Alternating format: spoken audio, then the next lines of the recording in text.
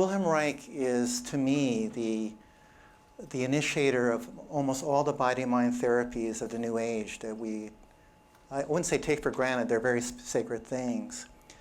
But he took Sigmund Freud's work and Carl Jung's work and really applied it to the body. And the orgone energy is the link between the physical side of healing and the emotional side of healing. And there's a book that called Character Armor that was a groundbreaking book.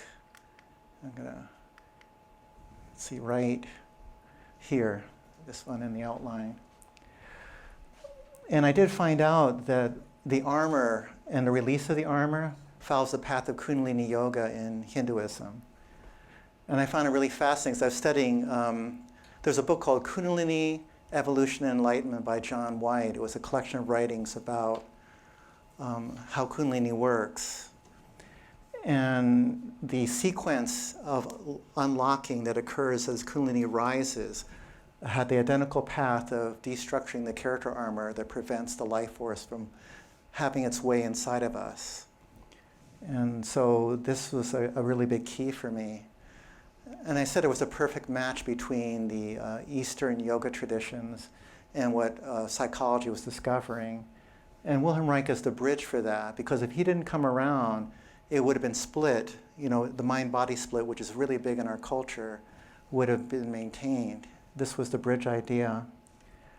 And then later on, I found some Rolfers and people working on destructuring character armor, found if you combined the breaking up of character armor with conscious breathing, you could release a lot of things. And also Wilhelm Reich was doing that work too. There's another phase, let's see, it's called the streaming experience, when Wilhelm Reich was destructuring people's bodies and the energy was coming up. It felt like a streaming of energy, like welling up the spine. And he just called it the streaming experience when he was doing that.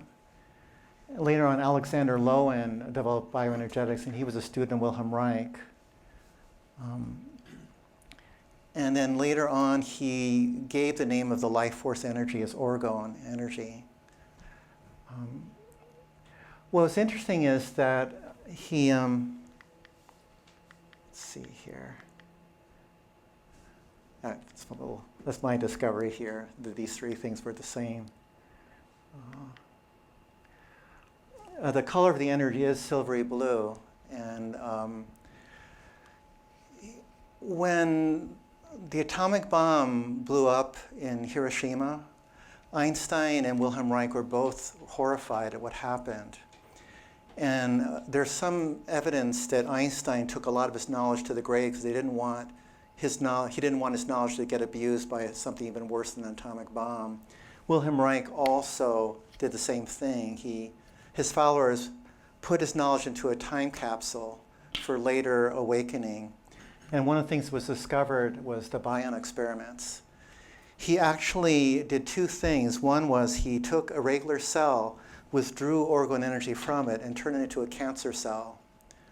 And then did the opposite, infused the cancer cell with the silver blue energy of orgone life force and turned it back into a normal cell. And to me, when I was in college, I thought, this is amazing. And I started studying holistic healing and went to Florida Institute of Natural Health to get studies. And so I wanted to work with people, and so I studied all kinds of energy work. There was one person that is not that well known, but I got a stroke of fortune. I met his center. It was Phineas Quimby. He never got famous, but three of his students got very famous. One was the founder of Religious Science of Mind. The other one's the founder of Unity School of Christianity. That was, I think, Charles Fillmore, I think, right? And the other one was the Mary Baker Eddy, who started Christian Science. They were all students of Phineas Quimby, and Mary Baker Eddy got healed by Phineas Quimby. And after Phineas Quimby retired, he went to Alamogordo, New Mexico, and I had my first experience of an energy healing system. they had basically 6 people working on you at the same time for 3 hours. And it cost, on my college student budget, a measly $30, which and included lodging at their center and food. And it's like, by modern prices, it was amazing. And it was within my budget in college. And I actually could feel energy moving through me, and later on I found I could actually send energy after that treatment. It was, the door energy in Cancer, that was one of the things for the Bion experiments. And what later on Wilhelm Reich found was that it's not really the body that has, door basically means deprived of orgone energy in German, is what roughly it means. And he found there were actually pockets of the earth where the energy was low, like a lot of deserts are weak on door energy. And he started to do Orgone Projectors, which I have made a few. I made one specifically for this lecture, the one in the middle. And everything there, even though the bouquet is very beautiful, it's actually showing that life force is in all life, and that flowers are being amplified with energy. And you're welcome to put your hand over the flowers and feel the energy coming out of it after it's over. Your tea is still there. Yeah, we're charging my tea for later. So it's like anyway, he found that by sending energy to a door non-weather system, it's not really a weather system, it's a lack of it. If there's not enough life force in the atmosphere, it can't rain, basically. And as climate change is occurring, there's big pockets appearing. And so you can project the energy into the area and keep filling it. And once it's filled, it'll usually start to rain again. But it's really balancing the weather. It seems like part of the climate change challenge is we need to balance the ecosystem again by giving it energy. So that's kind of like the link between the body-mind therapies and doing as planetary therapy as well. And so that's roughly the outline here of the history. There were 3 technologies he developed. One was orgone chambers, and that middle device is actually a tiny orgone chamber. The ones that Wilhelm Reich developed were ones you could sit in, and involved steel wool, cotton, steel wool, cotton, steel wool, cotton in layers and around a room. And basically it'd be like a little shed. Ideally, the shed is built without nails, because nails will bend the magnetic field some. But it will work even if you have some nails in it. So this is one of his projectors. He sometimes would put the ends of this into a lake being filled with life force, and project it into the sky. Andy, when she was, I guess, eager to do some experiments with me, put a projector in a lake in Hakodate, or? I mean, I would have them over running rivers or something. Yeah. You know, apparently running water is important, but in Sapporo. Sapporo, okay. Right. Yeah, she made a few. We lost a lot of our technology in the wildfire that occurred. And it was interesting because I couldn't quite get the technology to be fully jump-started. There was too much emotional turmoil to make it work at that time. You might say what kind of emotional turmoil? It was during the 4 years ago election time. Yeah. You know, I mean, whatever. Well, right, the COVID time. There was a lot of stuff going on there, and I was actually trying to jumpstart the technology, and it just wasn't quite hooking in. What I concluded from that experiment, though, where it didn't quite work, was that there is a conscious responsibility that people have for making it work. In other words, that the technology is not... if you want to go backwards in time to Atlantis and Lemuria, way back in human time periods, Atlantean technology operated independently of the operator. Like some machines we have, they really run without needing any conscious participation of the person who invented them or created them. Lemurian technology, on the other hand, was an extension of the person's consciousness. So these technologies, even though they can operate somewhat independently of human consciousness, they really need to be boosted by us being present for that. And that's, again, one of the reasons why I wanted to do a lecture on this, is because it's not like you can turn off the technology and turn off your involvement and expect it to continue working. It has to be renewed by consciousness presence.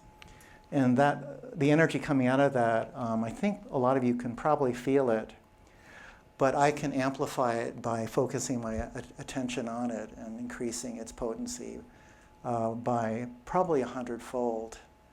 And that's the level where it can actually work. Like the first activation of the weather control stuff in this area was on my birthday. And it literally rained before the birthday was over. And we were all doing chanting and working with energy to focus it that way. And it actually is the one summer where we didn't have any wildfires, or smoke for that matter, except for some of it billowing out from other areas. Like I think there was a Montana invasion when their wildfires put smoke here, and another one from Siberia. But as far as the local region goes, it was covering it. Anyway, the Orgone chambers were a little hard to make because you have to have, they're not that portable. It's basically building a shack and fitting it with these a layer. Organic matter and metal were interrelated to make them. And steel wool is actually a very good thing to put in between them because there's a spinning process that creates steel wool, and it magnetizes the metal. And the magnetic field will get absorbed, it'll absorb energy and then put it into the metal chamber. Hello.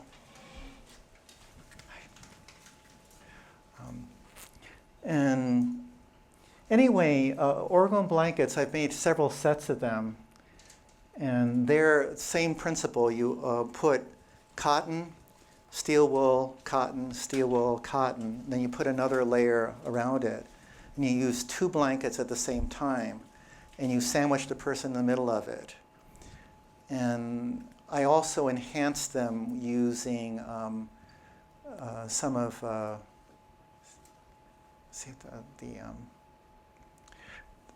they're kind of like bioplates, like the little wires and screens that you hook up, go from a hand, 2 feet, hand, 2 feet, and one from here to here. And I wove it into the Orgone blanket, and that's an amazing way of inducing a healing current. It would be so much so that people would sweat detox. So you have to put a layer of regular, thick cotton sheets on both sides. Otherwise, the salt of the sweat will go into the steel wool and rust it. And I have learned a lot of this by experience.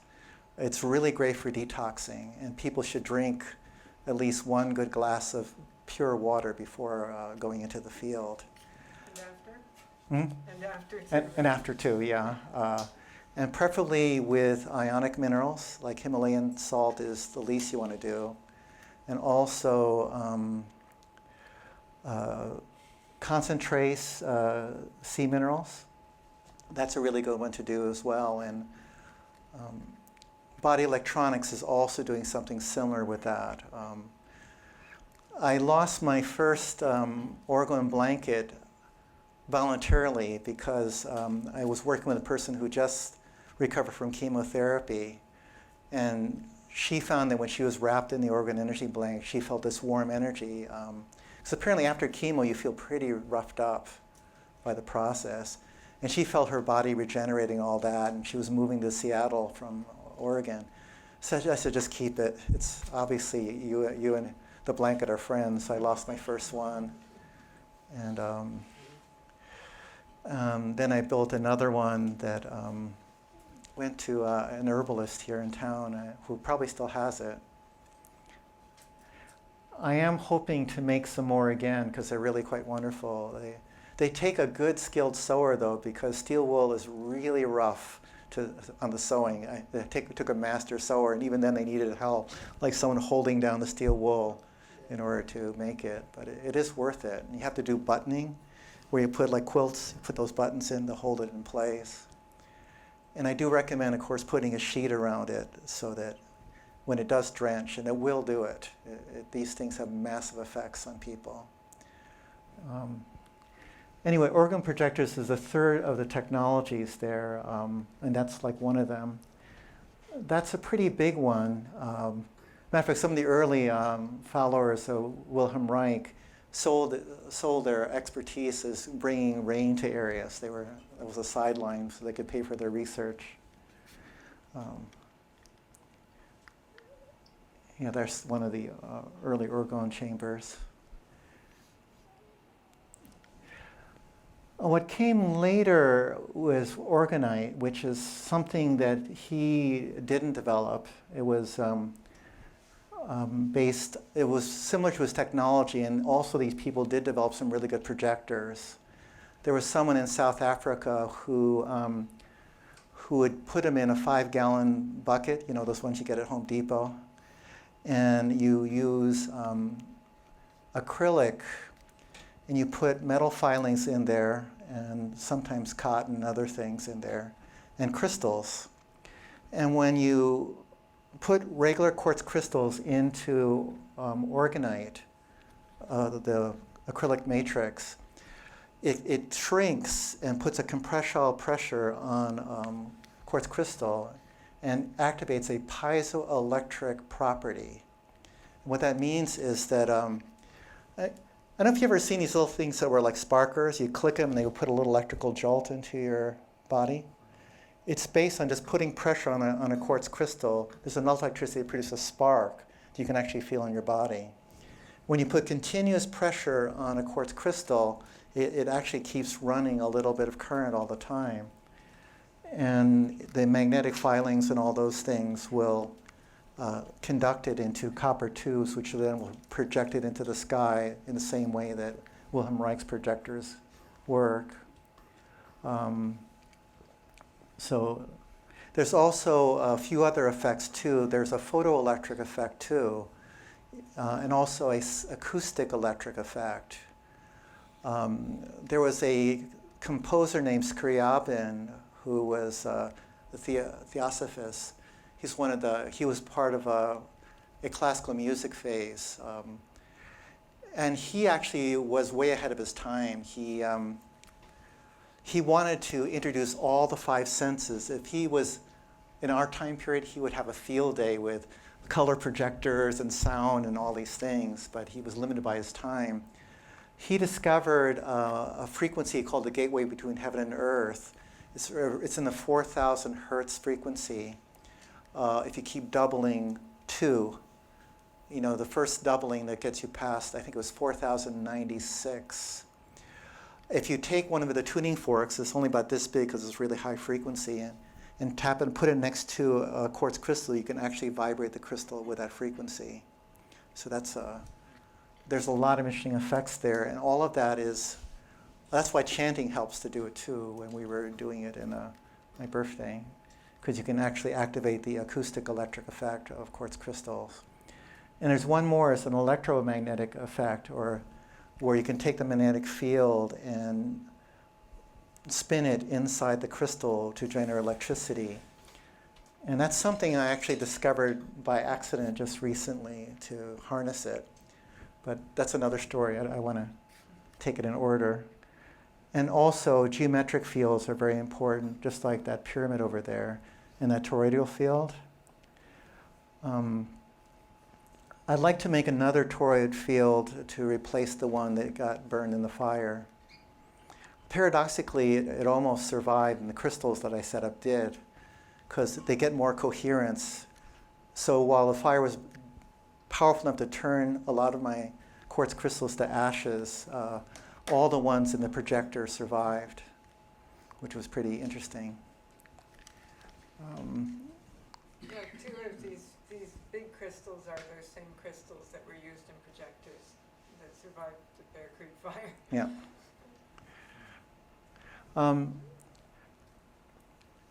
I wanted to kind of qualify this word weather control because our society has what might be called a dualistic control system, where the I that controls is different from the I that's being controlled.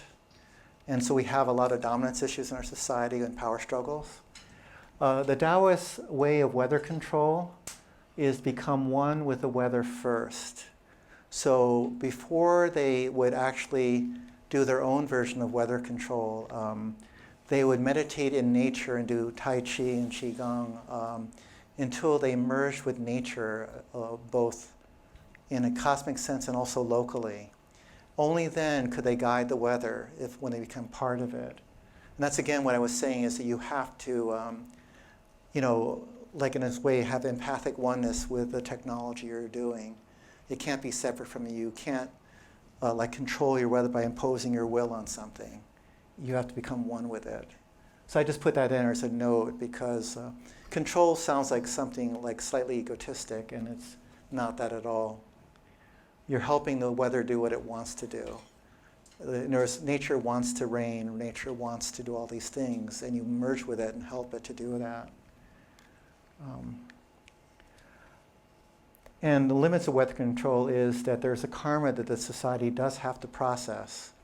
So when you do conscious weather control, people still have to reduce their carbon footprint and live in harmony with nature and have to learn how to do that. It can't be like a compensation for people living the way we're living right now, where it's not ecological. We have to live ecologically to make this technology work. So I just want to put that there because weather control is an odd phrase.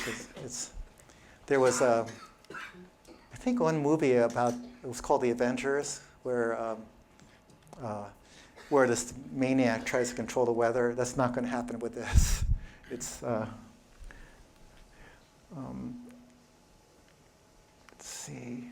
To me, that is also like if I communicate with the forces, it's like the humility of asking the wind to go into a different direction. So there's the humility with that becoming one with nature.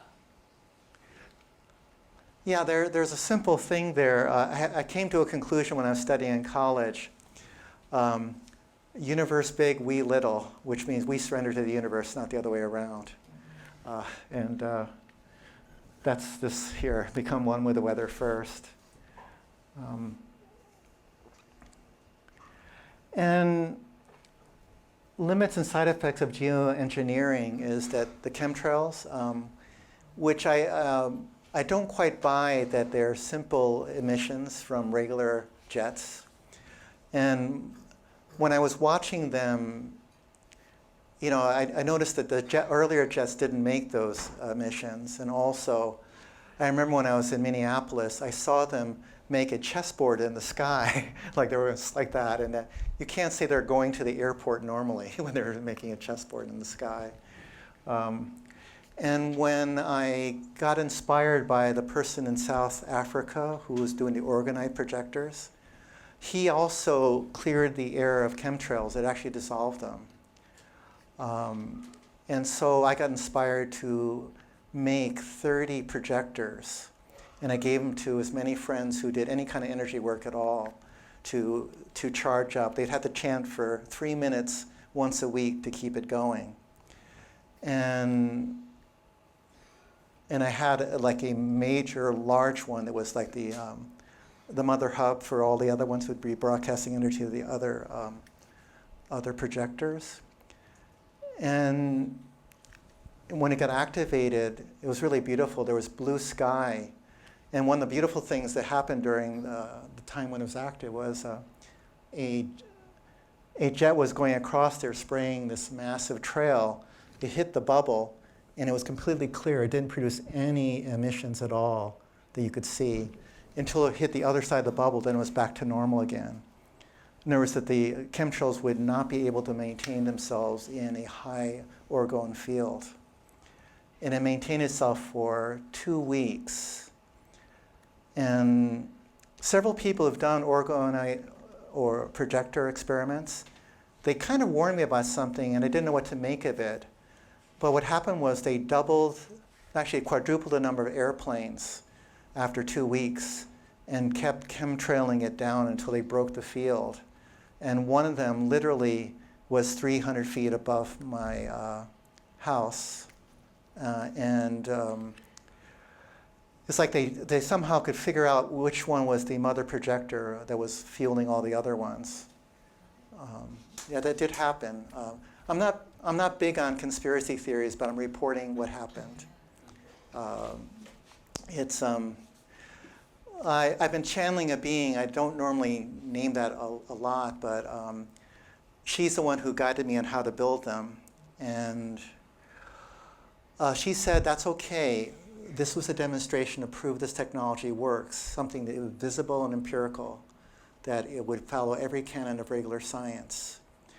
She said that next field is going to be below the chemtrails so they can have their fun and project them, do all their stuff there, and it'll be pure below their field so they won't interfere with the next one.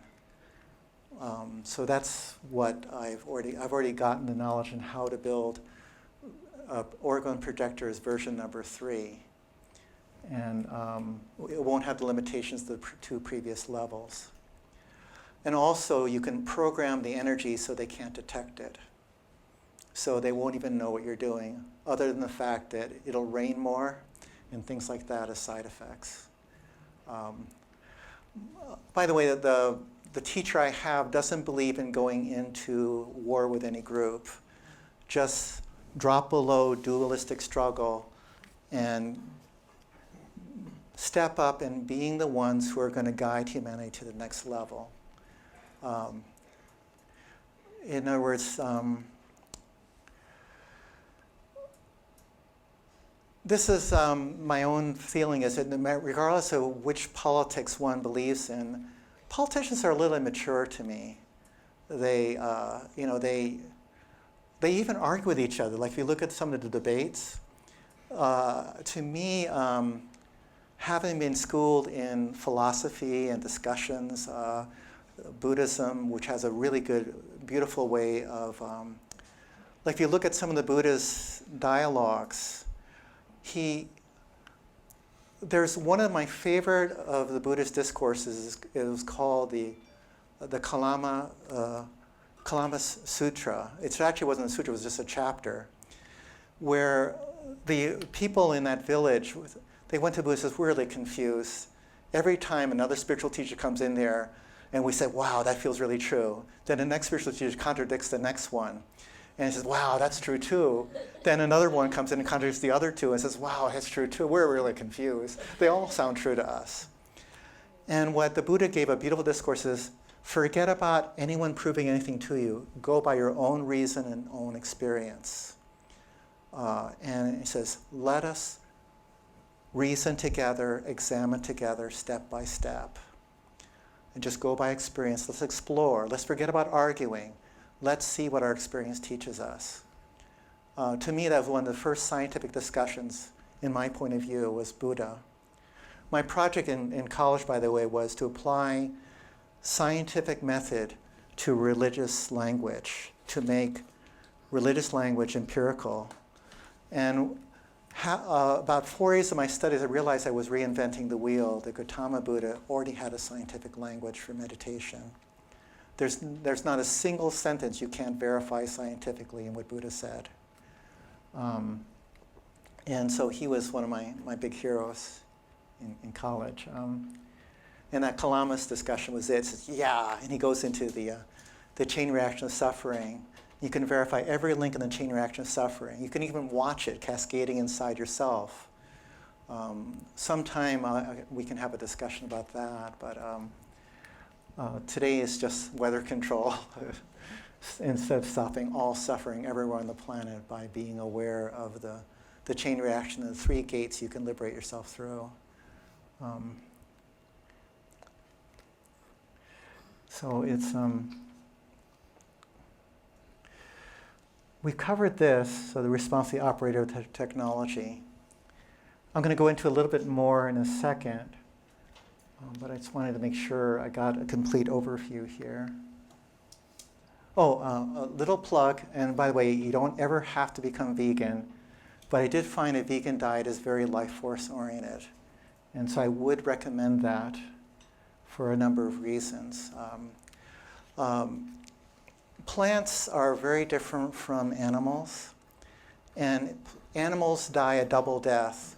Plants are so alive, like for instance, you can take a bag of carrots from the store, which is filled a lot with orgone energy, and plant in your garden, it will start to grow. And that's how alive a carrot is.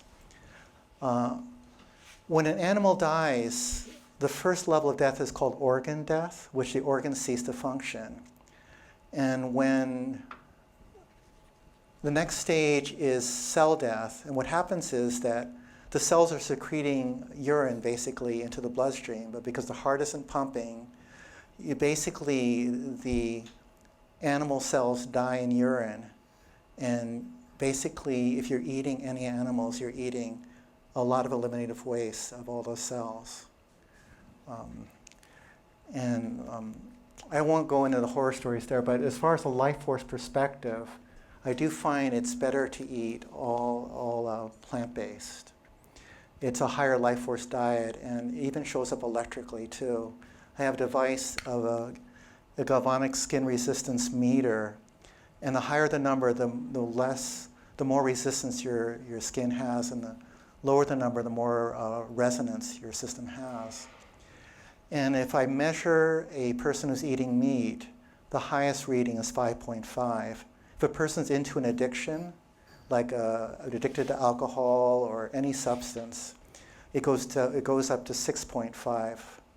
If a person is vegan, it's 4.5. It's 1 unit higher than that. If you master breath work in meditation, it goes to 3.5. And if you run energy, spiritual energy or orgone through your body, can go, I've gotten it as far as 1.3. That's when I'm channeling Sora, actually.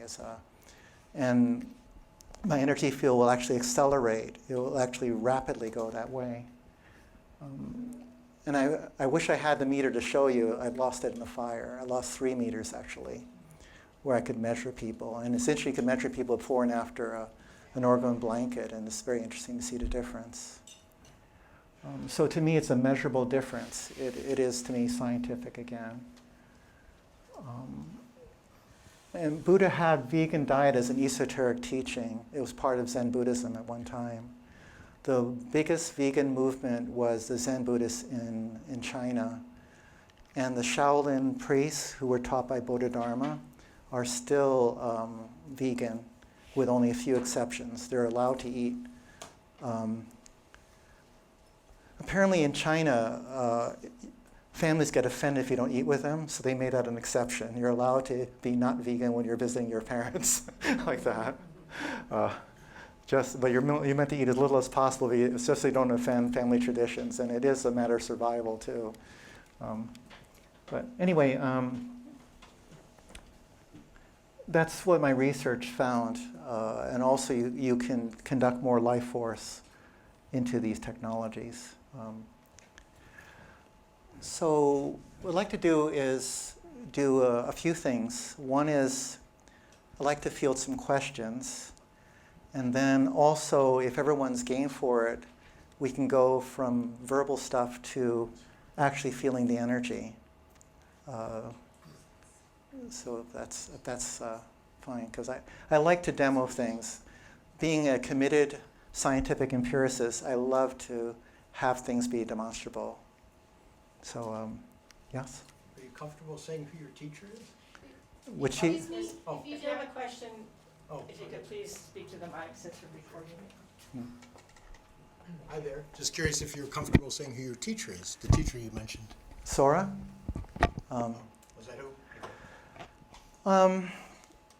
I've had quite a few teachers, but the one I have now is a being named Sora, who is not from Earth. She's from a planet called Ita that went into a supernova of light when the whole planet went to the next level. And she even pointed out it takes 1,000 years, roughly, for the light from the Sirian star system to come to the Earth. And roughly about 10 years ago, there was a surge of light coming from the Sirian star system, which was her planet going. It looked like a supernova, but according to regular science, planets don't go supernova. There's no mechanism they understand in astrophysics for that. But she said that whenever a whole planet realizes that life is a conscious dream, the moment everyone realizes it, the planet turns into light. That was the event that occurred. That's the teacher I have now. She's materialized 5 times in front of me in physical form. I put in quotation marks because according to her, nothing's physical. But so much energy was coming out of her body, by the way, was pushing me against the wall. And she said she was using tremendous restraint not to blow up my house. And the projector that was the main projector had 1 molecule of her body in it to power it. But that's my teacher I have now. She is amazing. I feel tremendously honored that I am channeling her. I take it you can't invite her here? She was one time, she was choosing to materialize, but it is trickier than it seems because what materialization is intersection of frequencies. All your senses are calibrated to pick up certain frequencies. Your ears pick up a range of frequencies that turn into sound.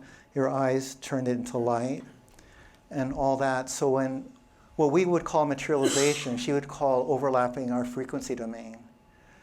And one of the cosmic laws of a being that's going into what's called light body liberation, light body enlightenment, is people have to choose to be ready for it inside themselves. These beings are completely nonviolent. They will never impose their will on anybody. They completely respect your free will. Even if your free will is making 1,000 bad choices, they'll respect your learning process. And so people need to be open to the experience before it can happen. And there's something that's called the Primate Reflex, which is that if you look at the Torah or the Old Testament, I'm trying to honor Judaism, by the way. Old means out of obsolete. I noticed one rabbi with a sense of humor called the original Testament, not the so-called improved version, but the original one. If you look at the angels that appear, human beings collapse in front of them very often, and the angel has to grab them and bring them up because human beings fear the unknown. That's why a lot of times when people are moving through this evolutionary time period, there's a fear of what's going to happen. A lot of people are nervous. And of course, we're having a conservative backlash because a lot of people, when they're afraid of the unknown, want to go back to the past. And it's not going to happen. The past became the future for a reason. Just to add to his experience, I mean, being married to him, I have extensive experience with Sora, but I have, there's one time where she did actually appear to me when I was in my apartment in Japan, and I became completely paralyzed. I was unable to move. And so I understand what he's talking about. This is the primate response.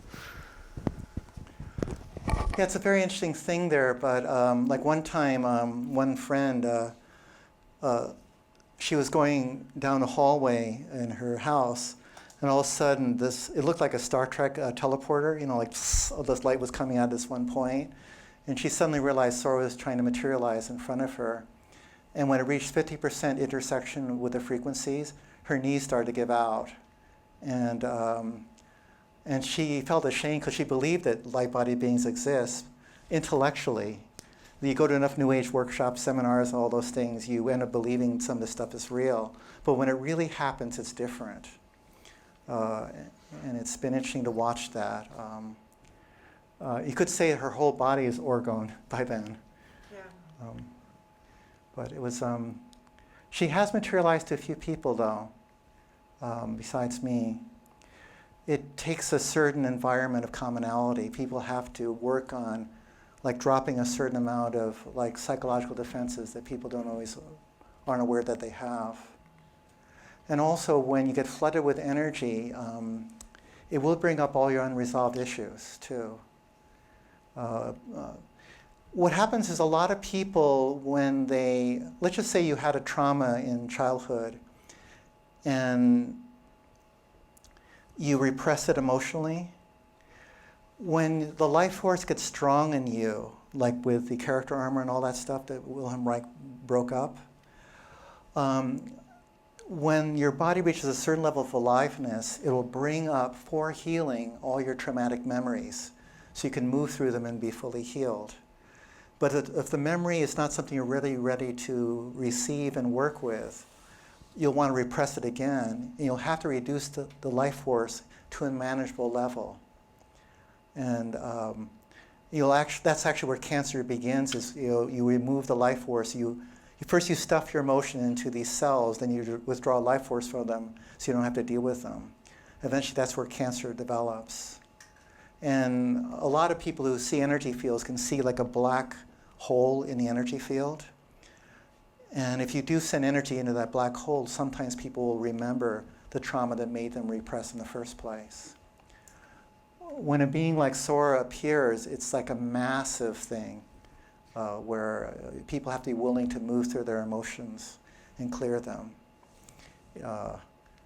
It's a powerful therapy too, to have I remember one time somebody came for a one-on-one session when I was channeling Sora to get healed, and it was amazing. I saw her grab with my hands and grab the person's hands and looked at her straight in the eyes and says, "Do you realize you are loved?" And all of a sudden she went through a massive healing movement just by that one phrase. One of my joys is I'm watching I'm like our illustrious recorder here. I'm just says, wow, I get to witness this. It says, you are loved. Wow, what an immense thing. Like that. It was really amazing to see how she's healed people. Any other questions?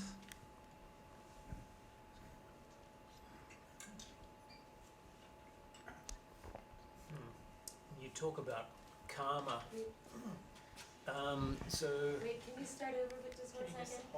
Okay. That was helpful. Thank you. All right. You talk about karma and becoming one with the weather in order not to inflict our will upon the weather systems. How is that affecting these people that are controlling the spraying of chemtrails and things like that? I mean, how can that continue?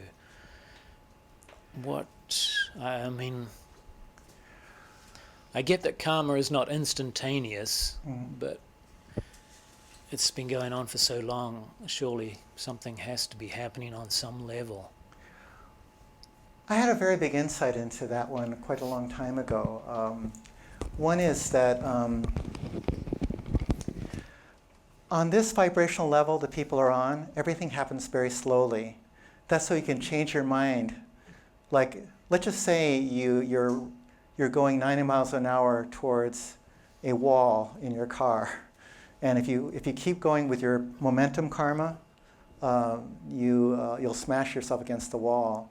This vibrational level is slow enough so you can change your mind about what you're doing. When you go into the bardo after death, things occur very rapidly. You project something, it comes back.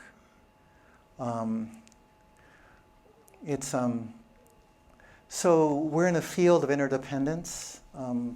By the way, the Buddha said something very fascinating 2,500 years ago. He said that everything arises interdependently, and karma is in the interdependencies we have with each other, the interactions we have. And he said that if someone understands interdependence, one understands my entire Dharma, my entire teaching. Interdependence is the basis for compassion. One of my favorite meditations, this is a modernized version, it's not the one the Buddha gave, but imagine you're at the grocery store and you're buying your groceries for the day and you're feeling grateful you have food. The first people you're grateful for is the person at the checkout stand who's checking out the thing, right, like that. Then all the people who stock the food on the shelves so you can buy them. and all the truckers who brought the stuff to the shelves. And of course, the parents of all these people who gave birth to those people who put the truckers in the trucks and all those. And all the people educated the people on how to drive the cars and all these things. Pretty soon you're grateful for everybody. That's interdependence. And is the basis of gratitude and compassion both. When the Buddha said we have no self, he meant we had no isolated, separate ego self from life. We have a self that arises interdependently with all the other selves in a field of unity. And it'll always be that way forever. We exist in a field of unity. We're one with everybody. And on this level of vibration, the easiest way of entering into unity is through acknowledging we live in a field of interdependence. Karma comes in when we try to separate from that field, and we create this isolated ego. However, we can't separate from the field, so all the interactions of separated beings is still occurring in the field of interdependence, but it becomes a war or a battle. And that's what's behind all these things. And that's why Sora especially recommends never polarize and fight. Always go beyond polarity. And basically, the ones who wake up beyond polarity, we're the ones who are going to be leading the rest of humanity beyond struggle, once we learn how to not struggle ourselves. We won't be like a leader like in the authoritarian leaders where follow me or else I get kicked, all of that. It'll be leadership by what might be called inspiration. In Dzogchen Buddhism, they have a term called gar, which means a spontaneous community that appears around an awakened being. When a person awakens, it doesn't merely be an isolated thing, it spreads out to all the people who are surrounding that. They live in harmony automatically. The field of unity is so strong, people align with it and they start living in harmony. That's how the world is going to end. It's going to end in peace that way. When enough people wake up, we'll create a wave of awakening that will wake up the rest of the people.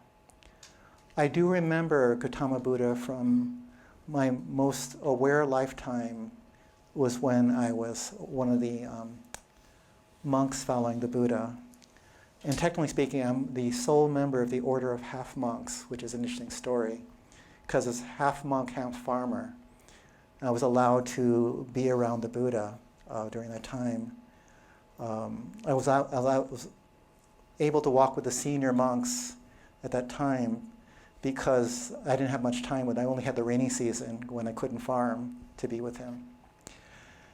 And I remember when Buddha came to my village, because I talked about all these wonderful stories about the Buddha in that lifetime to my village.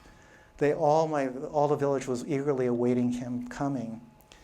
And the thing was that at that time period in India, there wasn't much left of the separated sense of self. We didn't feel that Buddha got enlightened and we didn't. We felt we got enlightened inside the Buddha. So when he came to our village, we started waking up automatically. He didn't have to say anything. We were already feeling it. It was very beautiful. The kinship and oneness of human beings during that time period is far better than it is like now. There's much more separation among beings at this time period. And that separation is the basis for all the karmas.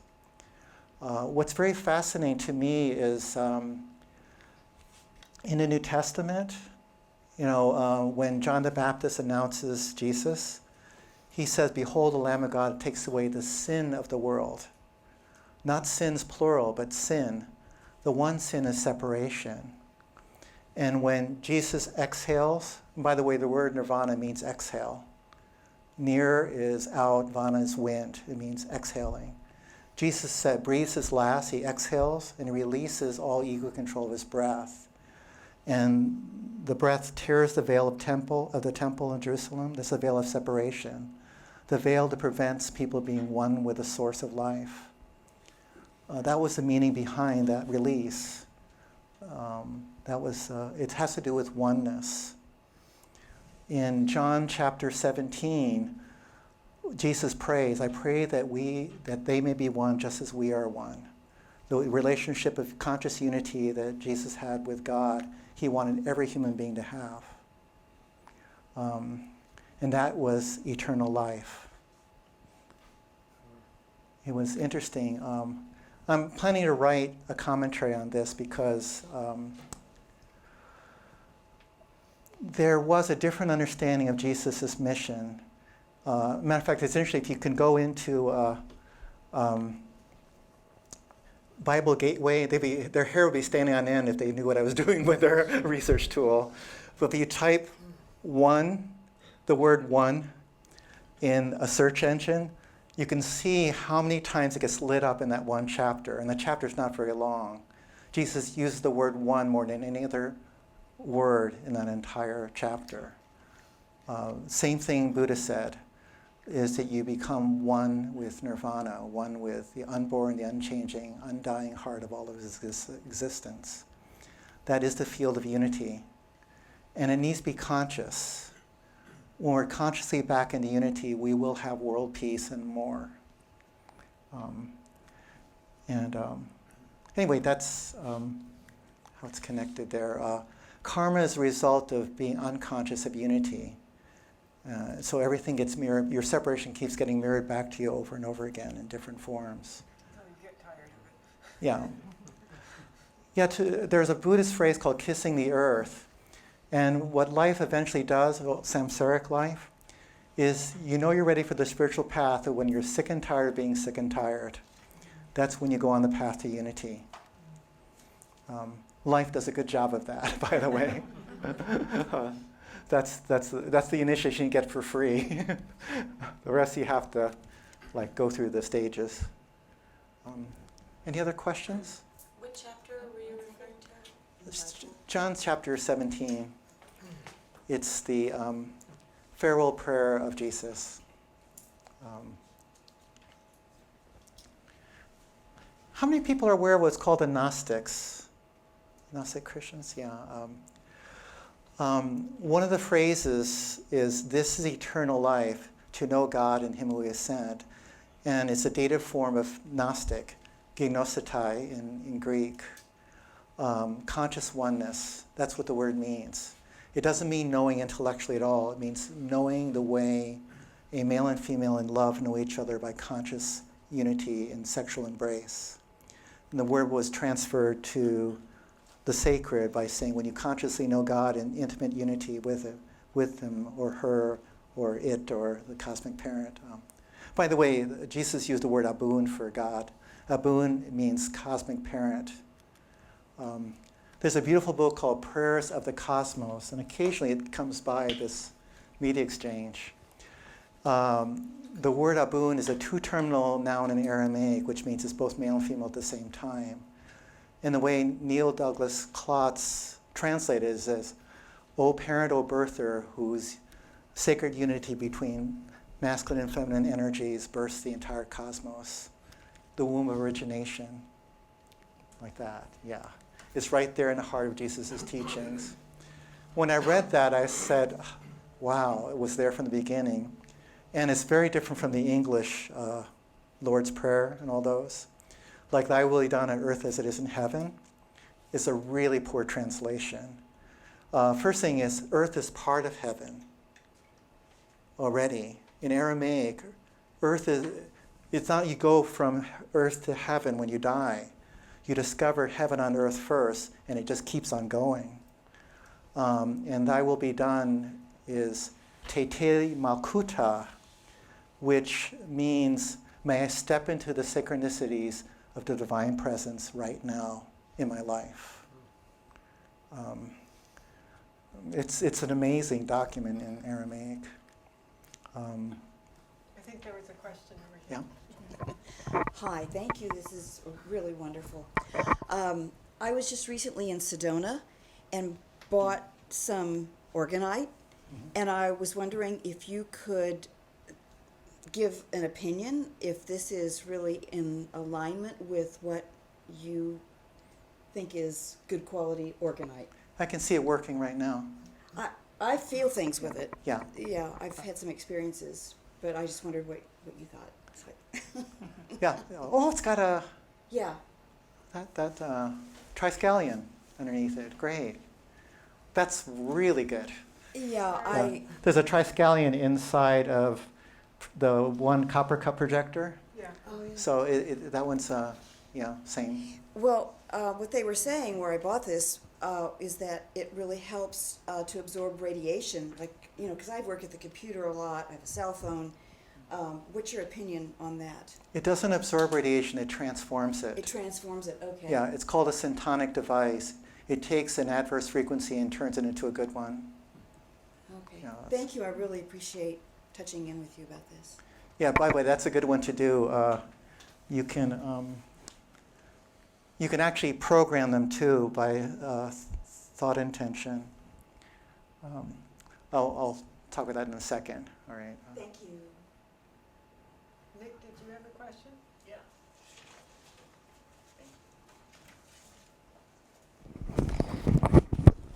I was wondering if you can go into some of the strategies associated with mitigating EMF and also amplifying your intention for benevolent weather modification utilizing these devices, the embodiment, the thought process, and or the feeling and intention that goes into programming these for the benevolent purposes.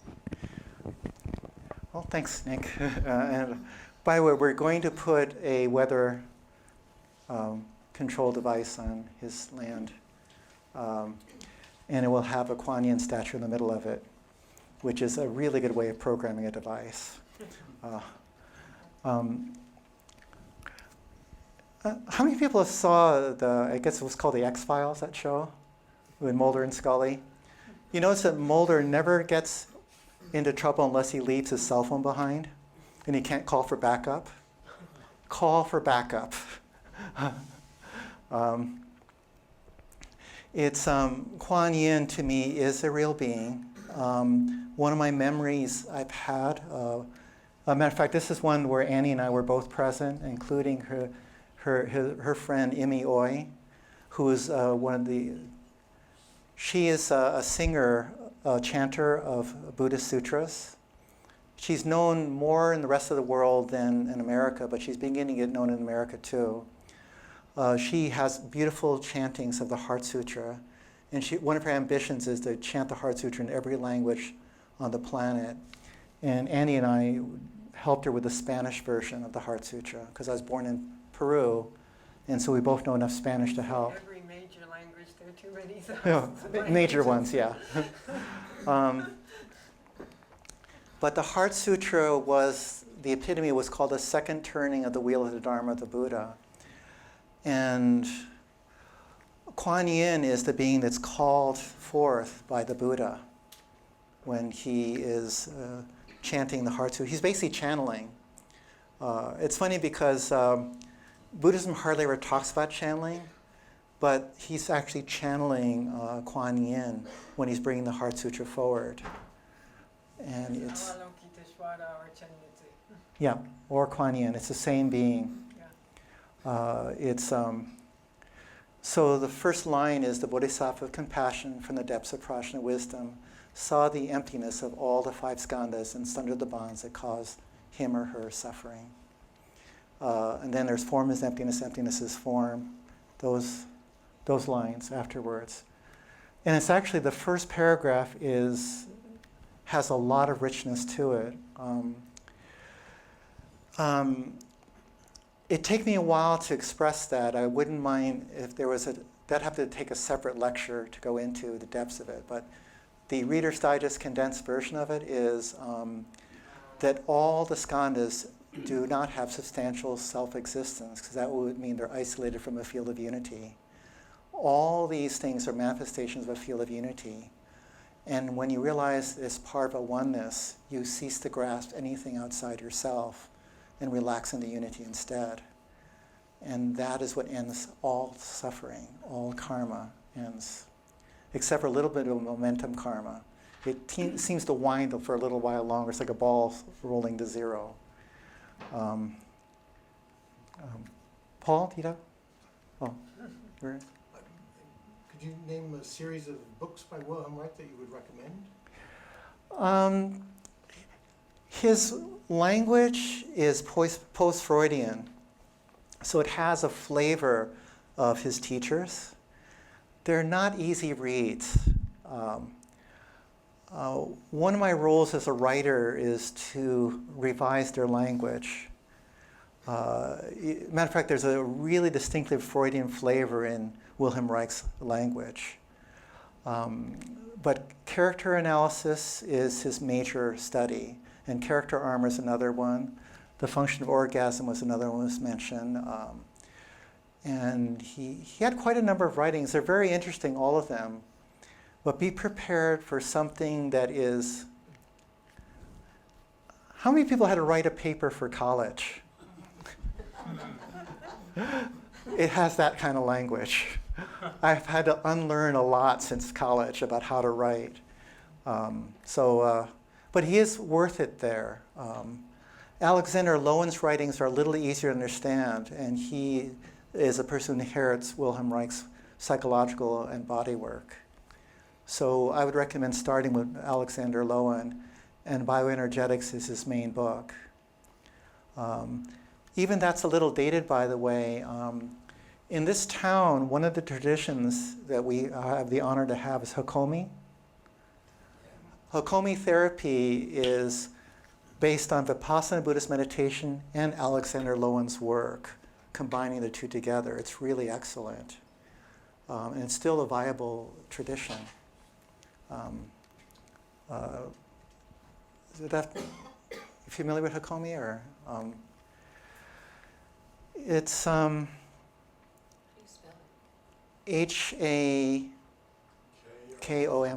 yeah. I have a lot of friends who are Hakomi trained. And one thing nice about the founder, Ron Kurtz, he kept on growing, so the system's been evolving. I think it's up to version number probably 17 by now. But it's a way of anchoring awareness into the body and dialoguing and doing process from there. Like for instance, here's an example of how a Hakomi therapist might work. Let's just say you're talking about like some relative that might have hurt you in the past. And every time you mention the relative's name, there's like a little edge in your voice. They will have you like repeat the edge and feel it. And then it says, it seems like you're angry. You never say you are angry. It says, it seems like you're angry. And then if the person says yes, where do you feel the anger inside your body? And then when you feel that part of the body that's holding the anger, you breathe into it. And if certain Hakomi therapists just use verbal processing, some will actually touch the part of the body and send energy to it to enliven it more. And then you become aware of how the anger is changing. Like sometimes the anger will actually change into fear, because there could be fear behind the anger, and then you've already gone through one layer. Then they'll say, where do you feel the fear in your body? How do you feel it in your body? Does it feel intense? Does it feel dull? All these things, and you keep going that way. Which, by the way, there was a beautiful book called Gesture of Balance by Tarthan Tulku. He describes almost the same thing in Tibetan Buddhism. It's called tracing sensation, where you notice how the sensation is changing moment to moment as you breathe. And it's a way of dissolving your emotions. You basically change your thoughts into emotions, your emotions into sensations, and your sensations into luminous energy, and you're back home. It's a process. So that's some of that. Hakomi doesn't take it quite as far as the Tibetan Buddhists, unless he's been bursting to light in some closet I haven't seen. But if he, I wouldn't put it past him, though. I never put a limit on what people can do once they're opening up to process. And sometimes people are limited one day and the next day they're not. So it's, I'm really big on keeping the process alive, keeping it so you never get stuck anywhere. And realizing emptiness, like the emptiness of the five skandhas, keeps you not stuck, because they never become a solid thing you can grasp. It never becomes a realization you can put in your pocket. Essentially, you're always gently processing until a very deep letting go happens and you wake up in luminosity. Anyway, that's my... connection with those things.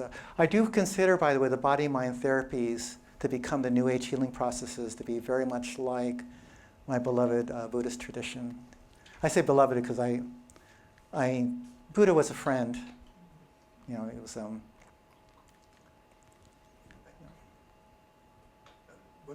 of curiosity, what would you see as are there direct links between Reich's sex economy and Buddhism? I think the link would be through Carl Jung, because Carl Jung had a very deep connection with Buddhism. Evan Wentz wrote a book, one of the earliest translations of the Tibetan Book of the Dead, and Carl Jung did the foreword of that book. And the foreword's amazing. Matter of fact, that foreword gives a link between his methodology and Buddhism. And it was, that's a really, it's also a good introduction to Jungian psychology too. Which book is it? Evan Wentz's version of the Tibetan Book of the Dead. And that links because Jung is one of Wilhelm Reich's teachers. Those are two that went a little mystical on. Freud didn't like it. Freud didn't want anything to do with the paranormal. I think he had paranormal experiences. He had the primate reflex I was talking about earlier, where he started freaking out when something happened. Like one time, Freud had an argument with Carl Jung where he says, "I don't believe in the paranormal," and Carl Jung said, "Well, something's going to happen in exactly 1 hour," and predicted it, and it happened. It freaked Freud out. Like that. By the way, these people had lively encounters. I found that their interactions in the biographies are really quite fun to read. Jung and Reich? Yeah, Jung and Reich and all those people. That was Jung and Freud. Jung and Freud, but Wilhelm Reich, he kind of, because he included the body, he kind of moved in a different direction than Jung and Freud were willing to go. Though oddly enough, Freud had, his first case had a psychosomatic cure, so the body was always related to Freud's work as well. Wilhelm Reich actually gave the foundations of why it worked with his writings. That's a very fascinating case, and again, that would be for another time, but it's the case of Anna O. His very first case. Freud was trying to become a hypnotherapist, but he stuttered, so he couldn't do hypnotherapy because you can't make a person relaxing. You're getting more relaxed. It wasn't working for him. And so he found free association he could do because you let people keep talking and you just gradually guide with questions. And his very first case was called Anna O. That was not her real name, but it was a cover name. And it was a buried case, because it was the first case of psychosomatic healing of asthma when a person unearthed a memory being molested by her father. It was so far ahead of its time that when Freud shared the case in the College of Doctors, they were stone cold silent. He was expecting to clap, finding out that you could heal something like asthma through a process of discovery. And the funny thing was that Sigmund Freud actually said, "It's not working, my therapy, I'm going to quit." And Anna O said, "It's working for me. If you'll just keep doing this with me, I'd like to get something off my chest." And she had asthma. She was using psychosomatic metaphors, which later on NLP was going to use. Whoever Anna O was, we owe her all of psychotherapy, because had it been another patient, Freud would have quit, literally.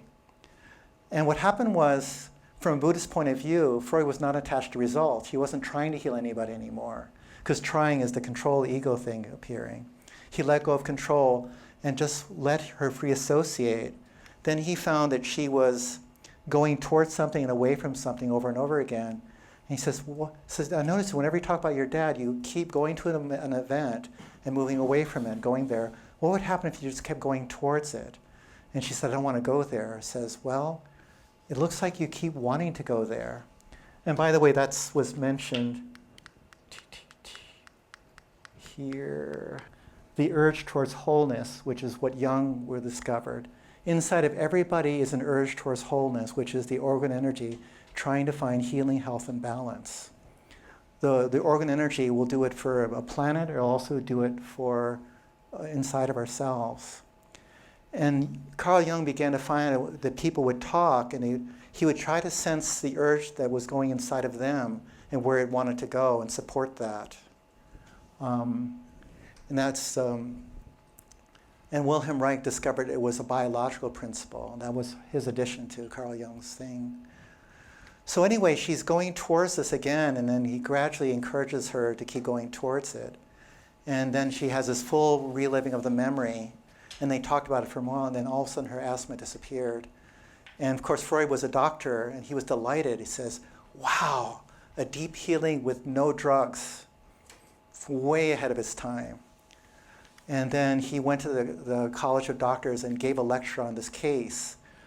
And he was expecting thunderous applause because a whole new branch of medicine was going to appear. And then apparently there was stone cold silence, and one of the doctors said, she must have been hallucinating. Fathers don't do that to their daughters.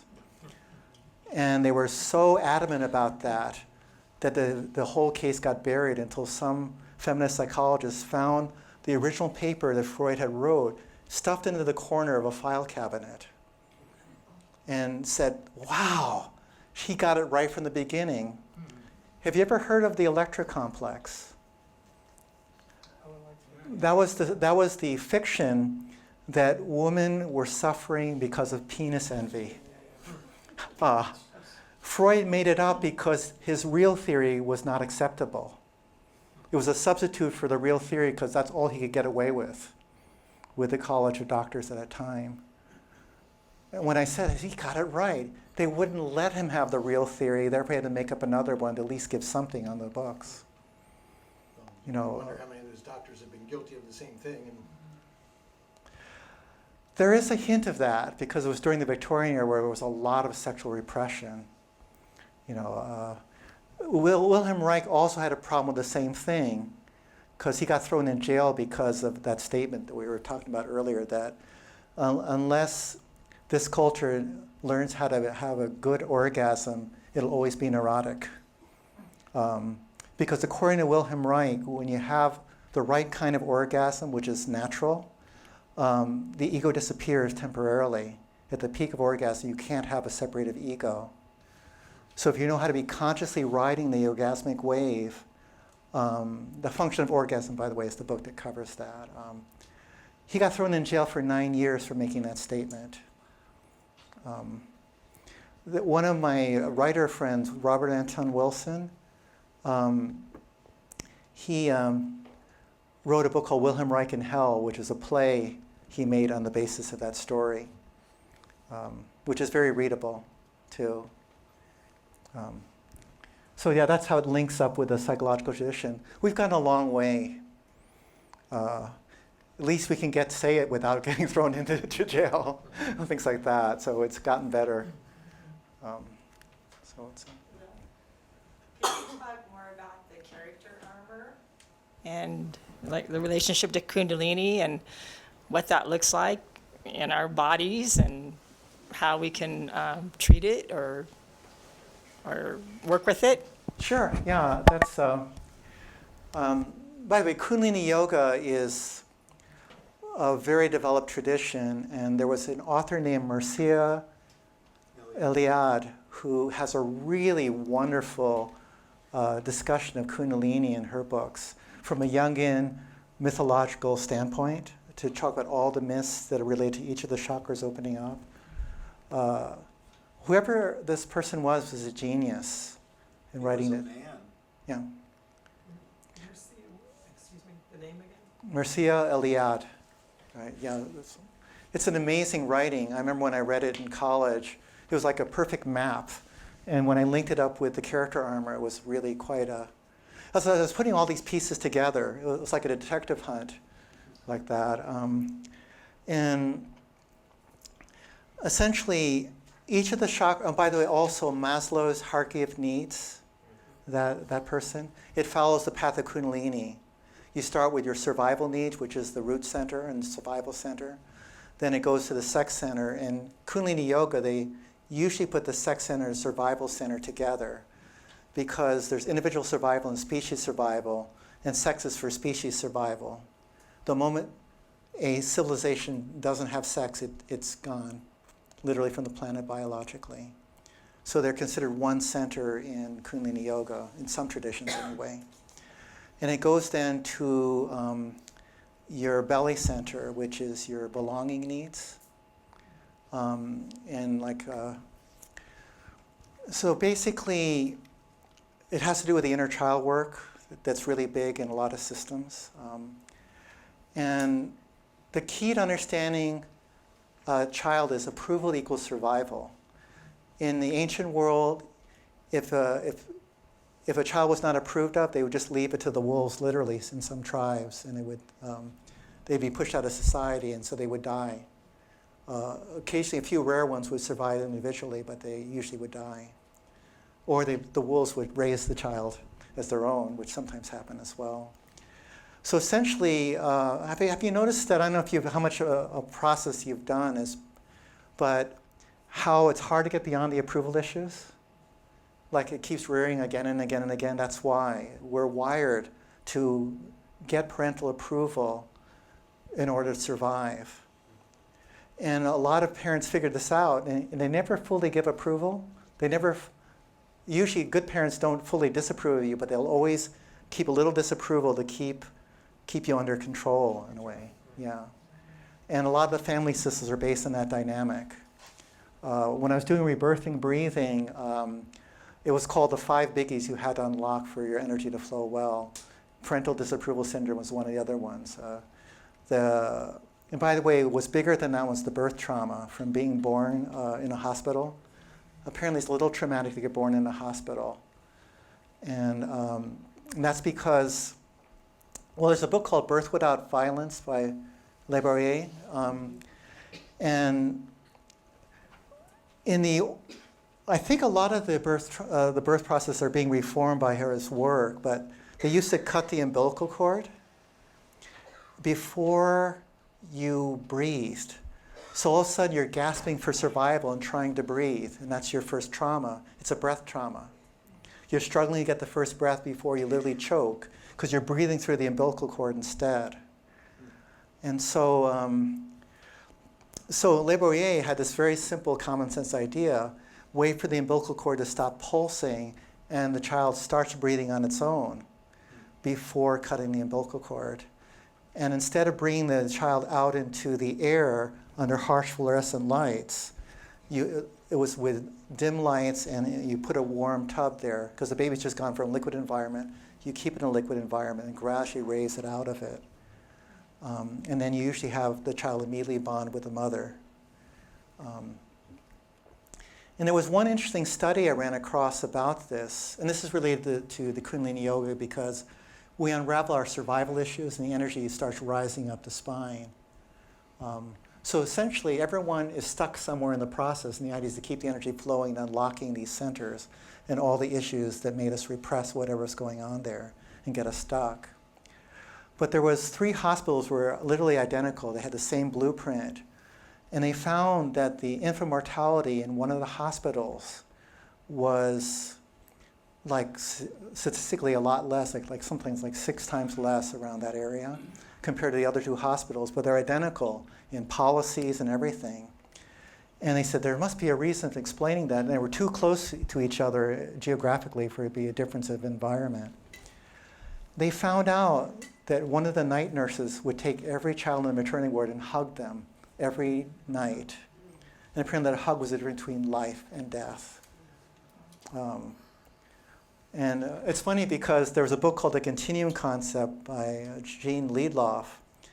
And another study was they found that the children in the maternity ward would sleep better with when they heard the mother's heartbeat.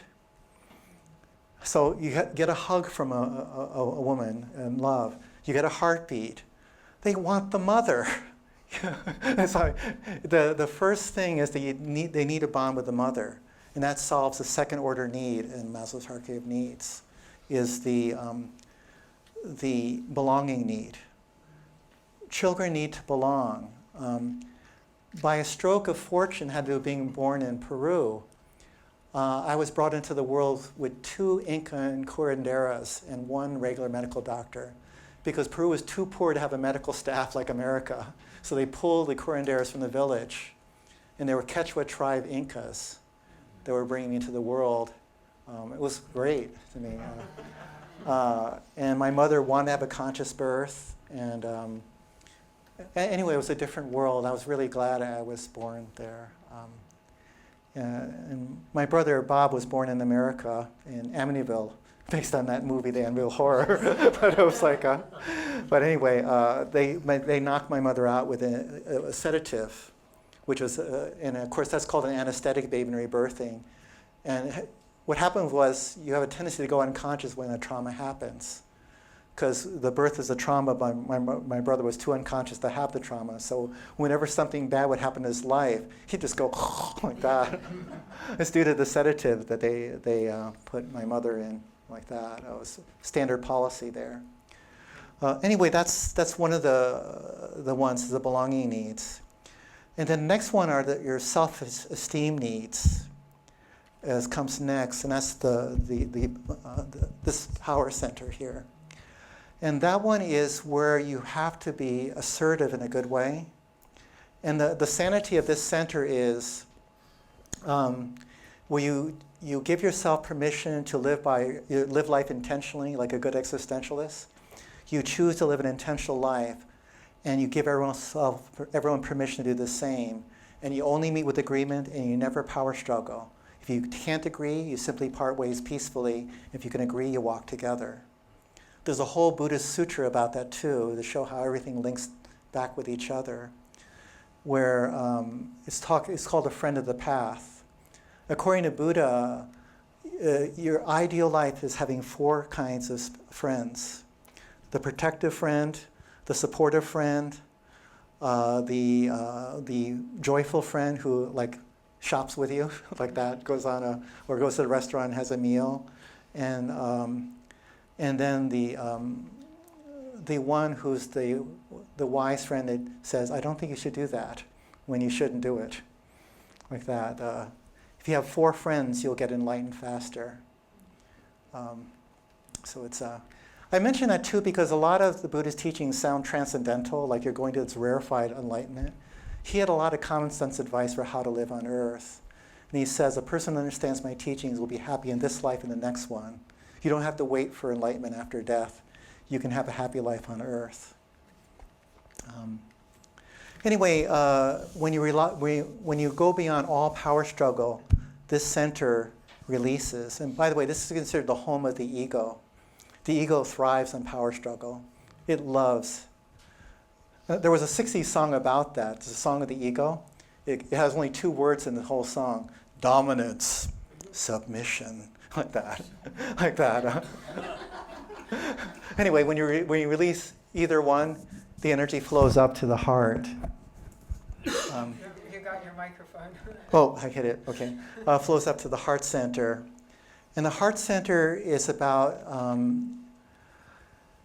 for lack of better words, issues with loving energy. And the main issue of the heart center is, how do you handle the fact that people you love are going to die? And so it's a grieving. When the Kundalini energy rises up to the heart level, you grieve. And to me, it's a key to Jesus' story when he was doing his Kundalini yoga on the cross. He says, in the depths of despair, Eloi, Eloi, lama sabachthani, which is, my God, why hast thou forsaken me? And by the way, it's the first line of a psalm. And Jesus being a rabbi, rabbis would always quote, they'd always name the psalm by the first line. He was chanting the psalms. Jesus loved to chant the psalms. He chanted all 150 of them because he was very much into a Jewish mystical tradition. There's signs he understood the Kabbalah because he mentions the lower 3 spheres of the tree of life in the Lord's Prayer.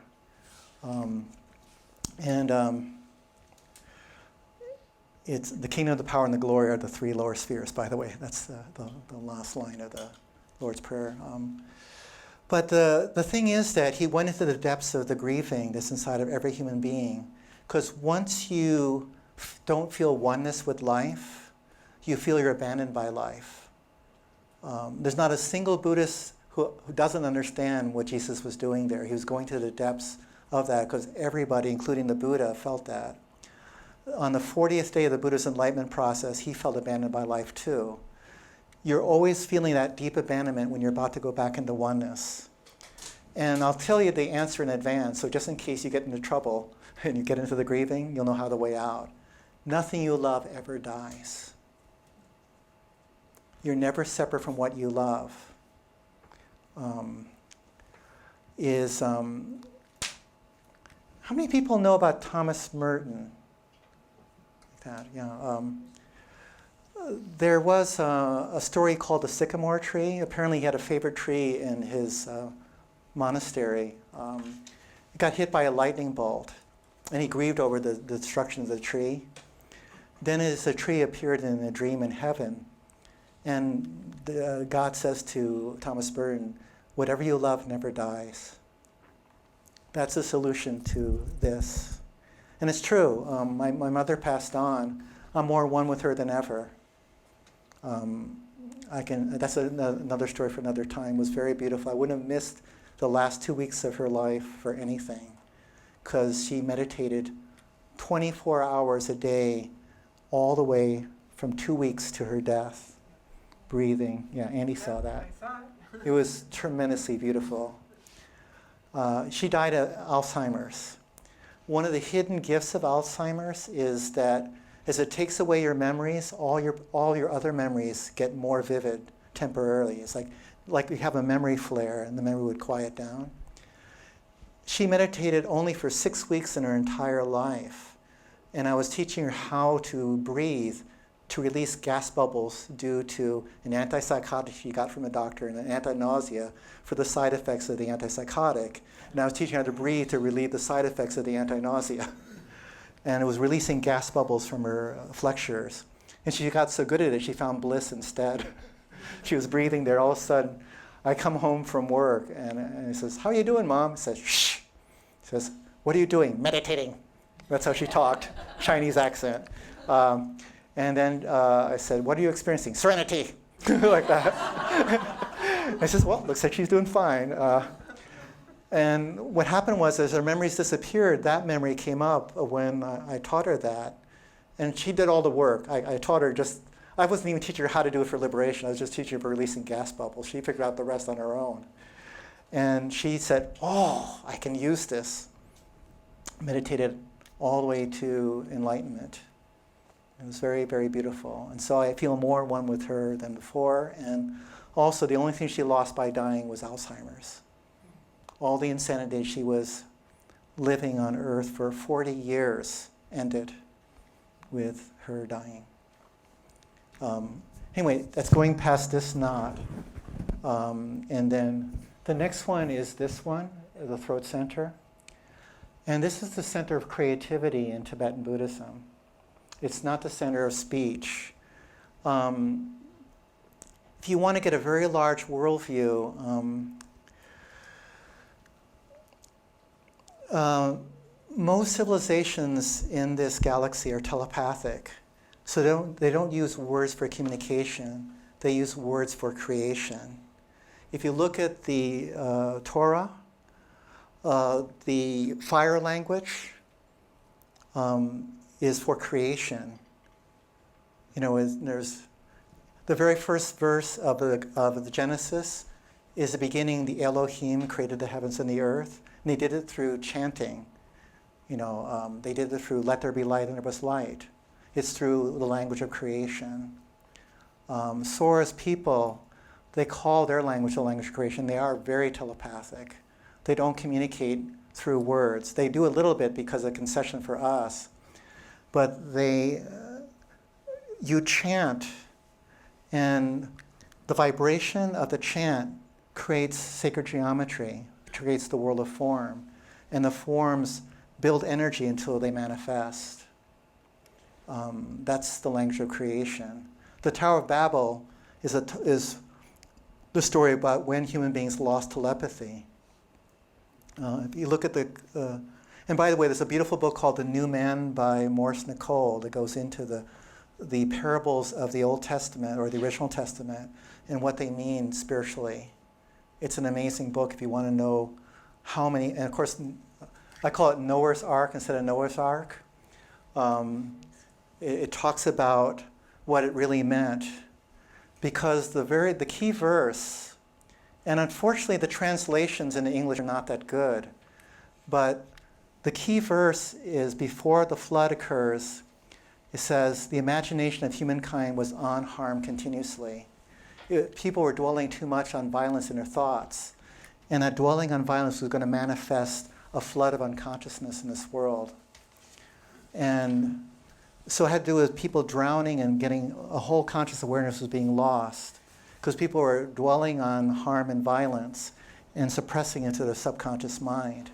That's when the barrier between the conscious and subconscious mind that we're still learning how to heal was partitioned off.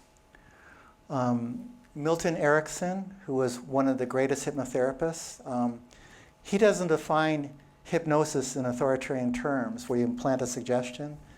He says the purpose of hypnosis is to make the conscious mind and the subconscious mind form a unity that's greater than each one separately would be, and that creates power to recreate your life when you know how to harmonize those two minds together.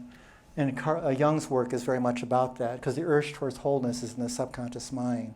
So we need to learn how to consciously embrace it and consciously work with it to bring the two minds back into harmony.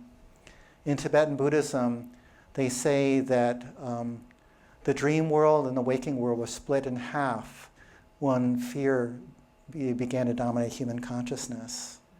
Because fear needs a place to run away to. So people run away from waking life into their dreams when waking life is rough. And people get up from nightmares and wake up when dreaming life is too rough. So in order to bring the two worlds into harmony, you have to go beyond fear. Anyway, this creative center has to do with what Buddha called right speech. Because 90% of suffering comes from the way people speak to each other and listen to each other. So if we can heal speech, 90% of the suffering in the world would end. And if there's people suffering in the world, there's a human being talking. I have not found an exception yet. It doesn't mean that talking is the only thing going on, but there's always talking going on. And sometimes there's only talking going on and people are suffering just hearing the talk.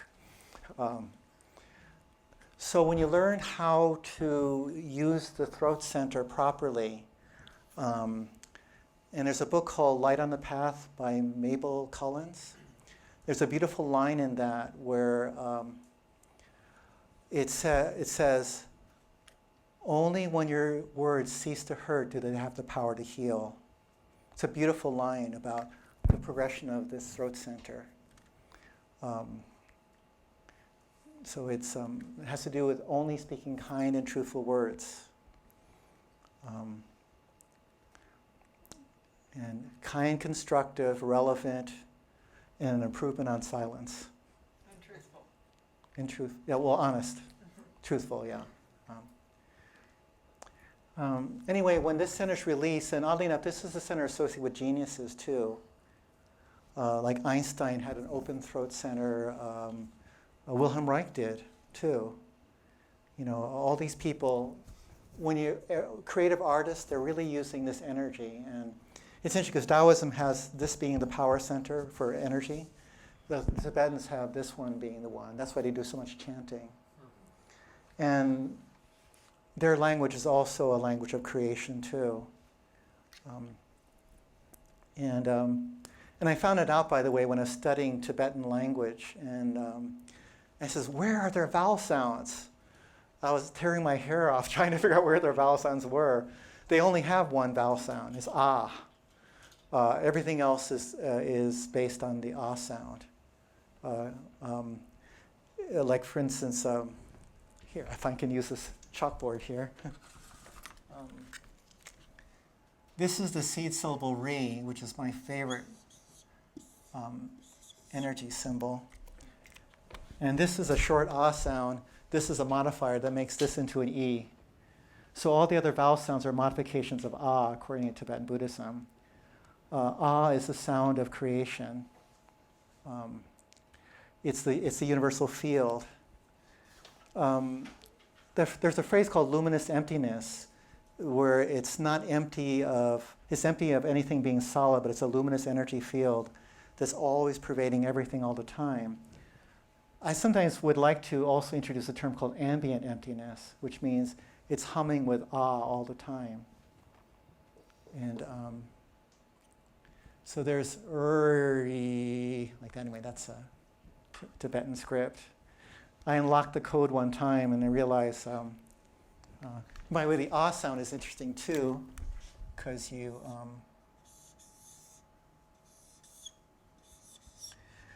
and this is a double ah. This is an overtone ah. Long ah, short ah. The little 3 is a short ah. So it's ah, 2 octaves at the same time, like that, creating harmonic richness. This is an overtone between R and E, and that also produces a harmonic fifth, the DNA, which I find humorous because it will alter your DNA. So it's a DNA harmonic fifth.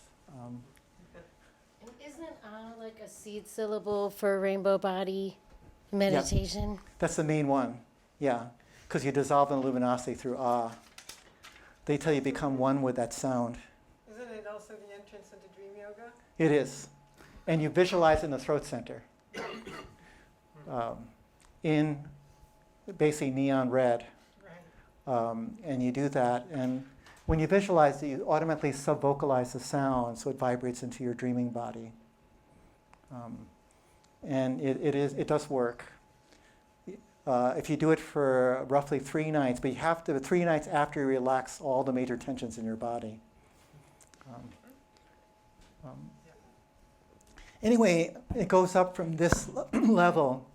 So if you have creative frustration, something needs to be released in the throat.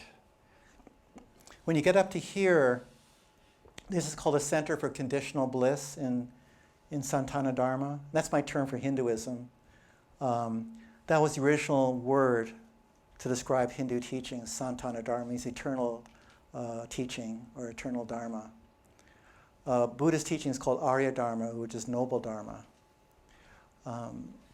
Conditional bliss this is considered the wisdom center when you, like I'm quite certain all of you have had an experience where like you've read a spiritual book and all of a sudden you suddenly understand what the author is saying. You have a like inner feeling of peace, a release of energy, and like a little mini awakening. That's a conditional bliss. It's a taste of enlightenment. Whenever you have one of those, your third eye is opening. And so that's the first center. It's the bridge between this and unconditional bliss of perfect enlightenment. So first we get conditional bliss, and if we keep practicing what we learn on this level, choosing it again and again and again, one day when enough of our energy is focused here, it lifts up to this one higher level, and then the lotus blooms, luminous petals of light shine out there, and your whole aura starts lighting up. And the beginnings of the rainbow body occur with that.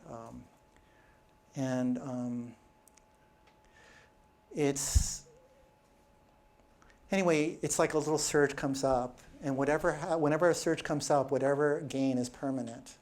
It becomes a part of your energy field forever. It's part of the energy that you have around you all the time. And that's the path of Kundalini. It's the growth path. It has to do with the Sushumna, or the filament of light, which is silvery blue in color, by the way, just like Wilhelm Reich discovered for the life force. It's the life force going into that filament that is the raising of it, because there's energy that goes down, energy goes up. There's all kinds of energy paths going through there, but the evolutionary filament is this way up, untying the knots of all the chakras. And the character armor part is that everything's reflected in the body, because the body comes out of the subconscious mind, just like Anna O's asthma was in the subconscious mind. And so what Wilhelm Reich would do is, like, if there was a knot right here in the belly, in your belonging center, he would push into it and have you breathe, or if you're a roll forward, put an elbow in there and you keep breathing into it till you break it open.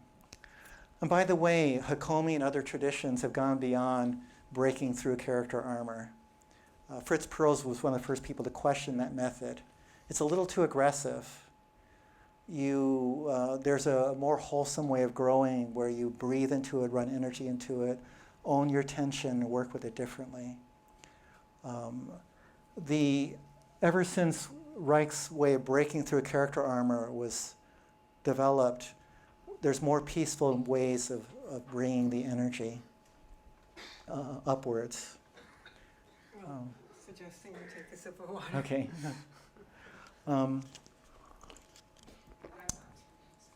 Okay. So, I guess. Oh, I want to do a little demo here to get it a little. So, by the way, one thing I found was that one of the most powerful energy projectors that's ever been made is the human body. It is more powerful than those. If you do Tai Chi and Qigong, you can become a broadcaster yourself. And I've done Tai Chi to get it to rain, too. This is just like a buddy who will keep projecting after you're done with your session. So one thing I like to do is a demo, and it's take your hands like this and go. Place your hand on the tingling sensation that you have and breathe. Consciously breathe and keep your attention on the tingling sensation.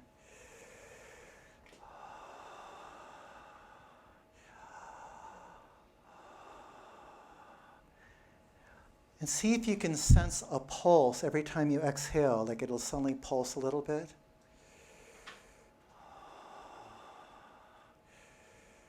And now place your hands towards each other. And by the way, feel free to clap again if you lose the sensation. See if you can feel an energy in between your hands.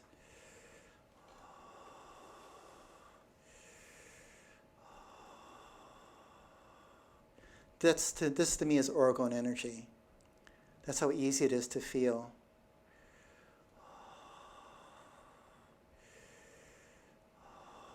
And if you just do this, consciously breathe and be aware of this energy pulsing between your hands. If you do this for an hour, you can feel it running all over your body.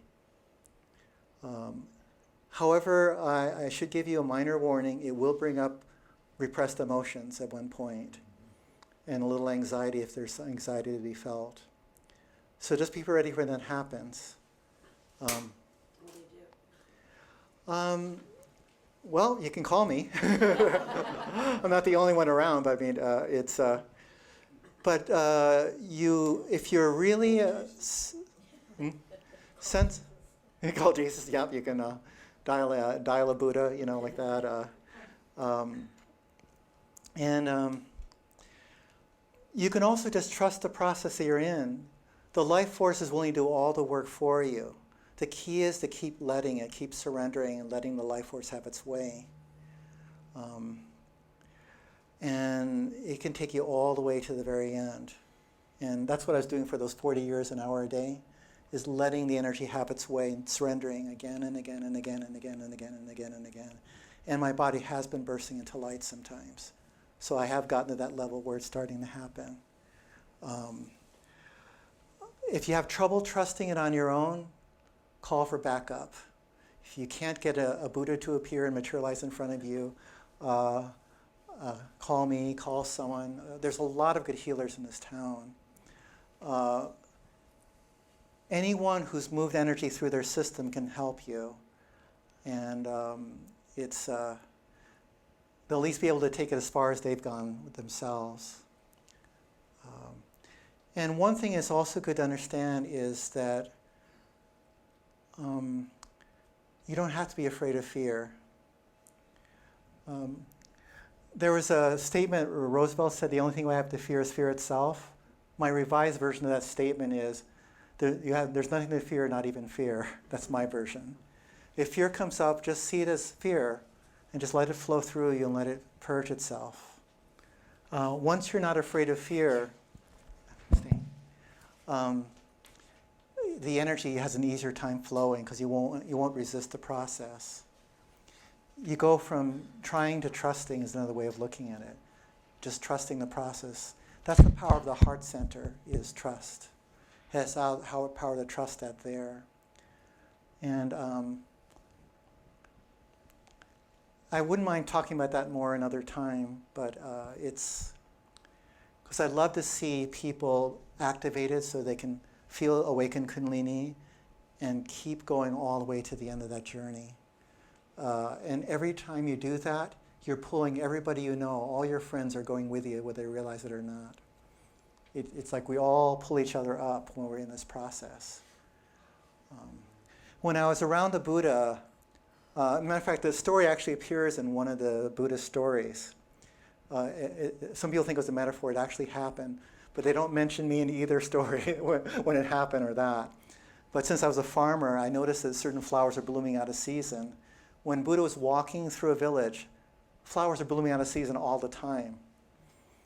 Because his life force was so powerful, it was like activating the plants' Kundalini, and they were starting to bloom all over the place. It was beautiful to see. It was not a transcendental process. It was deeply woven in nature. Apparently nature pours energy into a Buddha because it is an orgone device projecting energy all over the place. The energy flows through, transforms, and is given back. It was beautiful to see. So that's my plug for the human body. And to show how the spiritual traditions of the world are, Muhammad is taken by the Archangel Gabriel through the cosmos. Gabriel was the representative of God. And grabs Muhammad and pulls him through the cosmos. And Muhammad, after he sees the beauty of the cosmos, says, "Great and wonderful is your creation, Allah." And then Allah says, through Gabriel, says, "And I've made the physical body, your human body, even greater than the universe." To me, it's my favorite line of the Islamic tradition is that one. And it doesn't appear in the Quran, it appears in the Hadith. The Hadith is all the unofficial stories of Muhammad that didn't make it, and including a few unofficial stories of Jesus that didn't always make it into the New Testament either. One of my favorite Jesus stories that appears in the Hadith, Jesus is going through a town just like Buddha does. There's apparently a town in every sector. It's the town of harassers or hecklers, like that. And they're cursing him and trying to poke him and get him to say things. And Jesus is just blessing everybody in the town.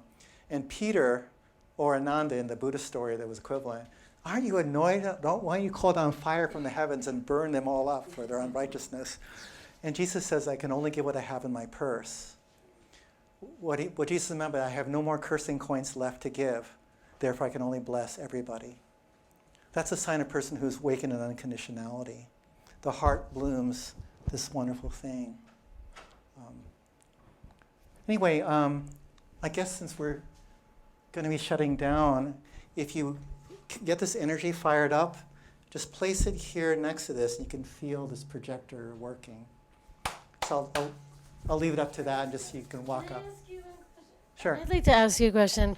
Is Orgone and Kundalini and Chi all synonyms and the same thing? Yeah, I'd say so. And did Wilhelm Reich have experience with these other traditions, or he just accessed it another way? I do feel he had a lot more than he let on. I think probably his connection with Carl Jung, was probably his door into these other traditions. But he used a lot of Freudian language. But the bionic experiments are way advanced. There was another one where he actually was understanding that Orgone was creating the whole universe. He did something that was utterly brilliant. He took sand and took a blowtorch to it until he turned it hot orange. And then he cooled it down, and then he blowtorched it again to hot orange. Then he cooled it down, and he took a blowtorch again and cooled it down, and kept going back and forth, something like a few thousand times. And after a while, the whole sand started radiating supernal energy coming out of it. what happened was that one teacher that I met, she actually shared something. It wasn't Sora, it was another teacher. Is that according to this teacher, the whole universe was created out of a substance called malon, which was malleable matter. That was a shorthand form of that. And we taught this malleable substance to become trees, rocks, everything like that. And then what happened was that when we forgot who we were, malon forgot it was malon and took permanent form as whatever it was taught to be. It forgot its own identity. So what Wilhelm Reich did in an amazing experiment was basically says, you are this radiant orange thing, you're sand, you're this, you're that. And kept shuttling back and forth between two identities until that malon discovered it was neither. Then it started radiating a different energy. That was an amazingly advanced experiment. And either he figured out all on his own, or he had help, and I suspect he had help. Because how would you know to do over 1,000 blowtorches of something? Most people would give up way before then. Do you know where that's written up?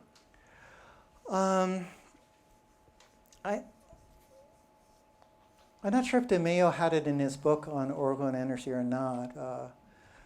I found out, I lost 40 boxes of books in the wildfire. I realized I've read over 10,000 books at this time.